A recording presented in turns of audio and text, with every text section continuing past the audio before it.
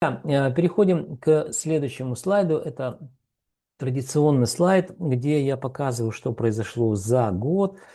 Немного саморекламы. Начну с того, что перед вами график-рисунок, где вы можете увидеть, что как вела себя стоимость по самому большому классу рынка недвижимости, класс социальное жилье. Также хочу напомнить вам, что я и компания Limb Consulting на протяжении больше 10 лет готовим индексы рынка недвижимости, которые, в общем-то, характеризуют состояние рынка недвижимости. И сейчас вот на примере этого графика рисунка я вам покажу и расскажу. И дальше вернемся опять, так сказать, к рекламной паузе.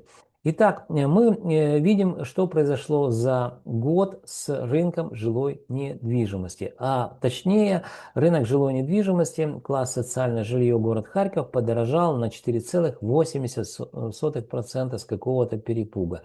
Рэперные точки есть по каждому кварталу, можете по месяцу даже, не кварталу, и месяцу, можете посчитать сами вручную, Excel, счетами, у кого какие подручные, так сказать, материалы под рукой есть.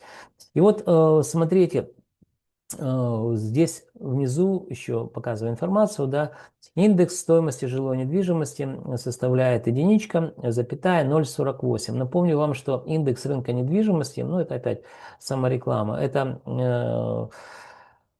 показатель, который характеризует изменение стоимости недвижимости данного класса во времени. Он считается просто, показываю указкой 590. Если у вас есть статистика, это считается очень просто. 590 делим на 563. Получаем рост за год 4,8%, или же вот этот индекс положительная единичка, запятая 0,48. Друзья, я знаю, что меня смотрит фокус-группа людей, которые работают в финансовых учреждениях. Это управление рисками или риск-менеджмента. Данные специалисты очень хорошо знают, как меняется стоимость денег во времени. А я один из немногих в Украине, друзья.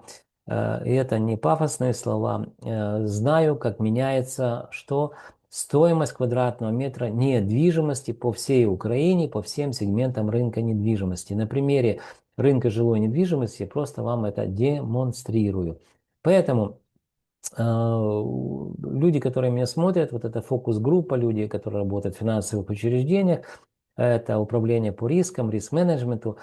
Найти мне очень просто. В описании YouTube канала есть телефончик Viber, это Kyivstar. Также кипрский телефон есть, можете набрать. То есть можем списаться, можем созвониться, как вам удобно. Составим техническое задание, и вы будете получать всю информацию. Обычно мы делаем поквартальные исследования о том, что происходит с вашей недвижимостью, под которой ваше финансовое учреждение выдало финансовые, естественно, какие-то средства. Так вот, вы знаете, как меняется стоимость денег, а я буду вам показывать, как меняется стоимость недвижимости, под которую ваше финансовое учреждение выдало деньги. Надеюсь, понятно, да? То есть это на сегодняшний день очень востребованные исследования, поверьте. Вы можете поинтересоваться, кто такой Андрей Гусельников, компания Limb, какие работы мы делаем. И скажу, что мы на сегодняшний день, и я, как в том числе физлицо, предприниматель, сделал достаточно много исследований, которые, в общем-то, вы можете просто найти как в открытом доступе, так поинтересоваться у ваших коллег. Даже, кстати, Приватбанк использовал исследование, которое я делал для того, чтобы, так сказать, получить получить, не получить, но предъявить претензии через Гаагский суд к потерянным активам Приватбанка, которые остались на территории Крыма. То есть я просто вот такими штрихами пытаюсь рассказать вам о тех глобальных, это действительно глобальные проекты с точки зрения того, что мы охватываем всю Украину и ретроспективные делаем исследования. Поэтому пишите, не стесняйтесь или звоните. Я думаю, что данная информация поможет облегчить ваш бизнес. Ну и, конечно же, мне дальше заниматься научными исследованиями и компания Олимп развиваться. Итак, друзья, за год, переходя уже к рынку недвижимости, город Харьков, социальное жилье подорожало на 4,8%. Давайте посмотрим, наверное, это уже последний слайд у нас будет. Мы сравним два сегмента рынка недвижимости, это продажа и аренда. По продаже мы проговорили все подробно, только что 4,8% рост социального жилья за год.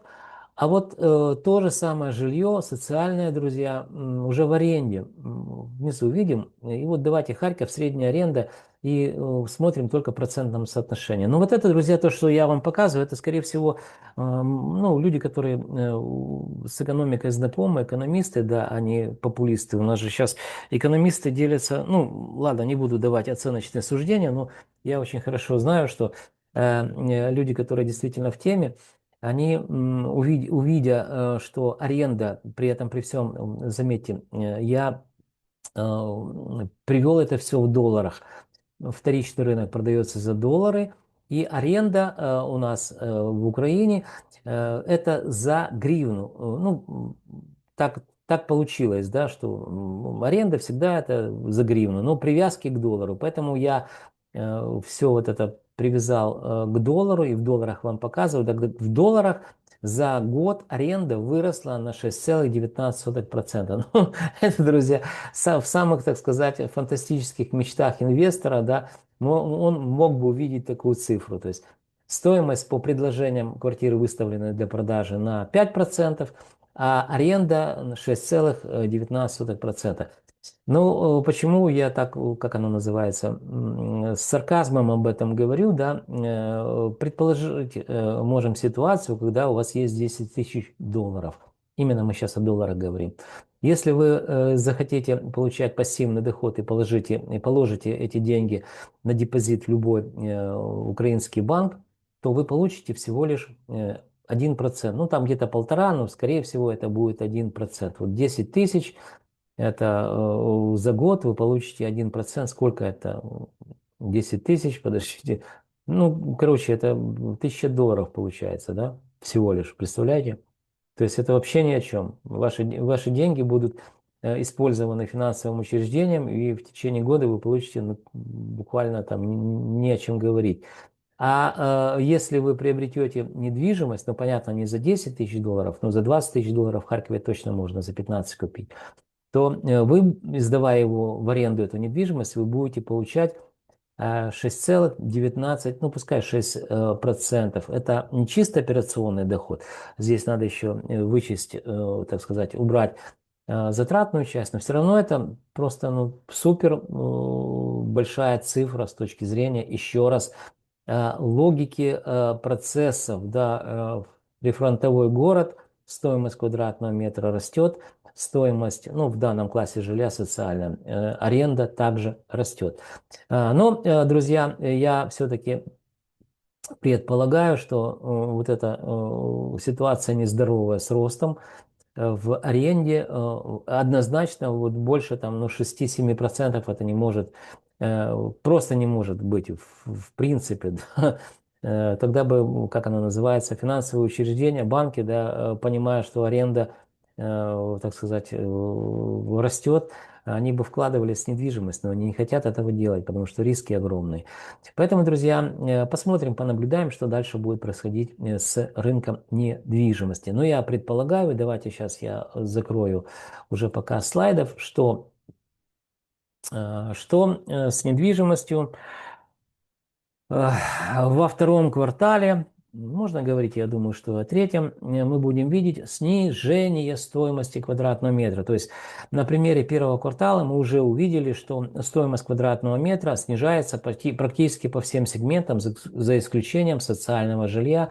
Но это самый большой класс рынка недвижимости. Тут понятно, и он самый дешевый, кстати, поэтому там мы видим вот эти динамику незначительного роста. Во втором квартале мы увидим, друзья, я думаю, что по полпроцента, может чуть больше, чуть меньше снижение стоимости квадратного метра в целом по всем, так сказать, сегментам рынка недвижимости, включая первичный и вторичный рынок. Но это связано мало того, что я говорил, что вот эти внутренние показатели, которые влияют на состояние рынка, а состояние рынка измеряется ну вот, стоимостью квадратного метра, да, это показатели такие, которые характеризуют, что происходит с рынком. Стоимость квадратного метра, количество объектов, которые были сданы в эксплуатацию, это первичный рынок, активность первичного рынка. Также характеризуется количеством проданных квартир на вторичном рынке и количеством выставленных объявлений или предложений, как я говорю, для продажи. То есть вот эти все показатели, они на сегодняшний день находятся, ну, ниже плинтуса, за исключением того показателя, который характеризует стоимость квадратного метра. И мы как бы, ну, с вами уже об этом говорили, что незначительно, но эта динамика роста продолжается. Поэтому второй квартал подводя итоги уже 2026 года, мы будем видеть снижение где-то порядка, то есть если сейчас 4 там, с половиной процента рост стоимости квадратного метра, мы март месяц 2026 года сравнивали с мартом 2025 года, то в июне 2026 года, сравнивая с июнем 2025 года, мы увидим снижение где-то минус 1,5%. Итого динамика будет еще положительная, но это уже будет 2,5%. Ну, может быть 2, я не знаю, может чуть больше. Ну, то есть вот эти тенденции, я уже их вижу и о них вам говорю. Не может при фронтовом городе, где активно идет наступление со стороны Российской Федерации, рынок недвижимости работать в противофазе экономики или процессам, которые мы наблюдаем в экономике.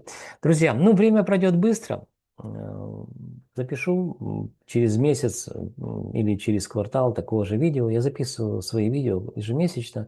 Кто меня смотрит, давно знает.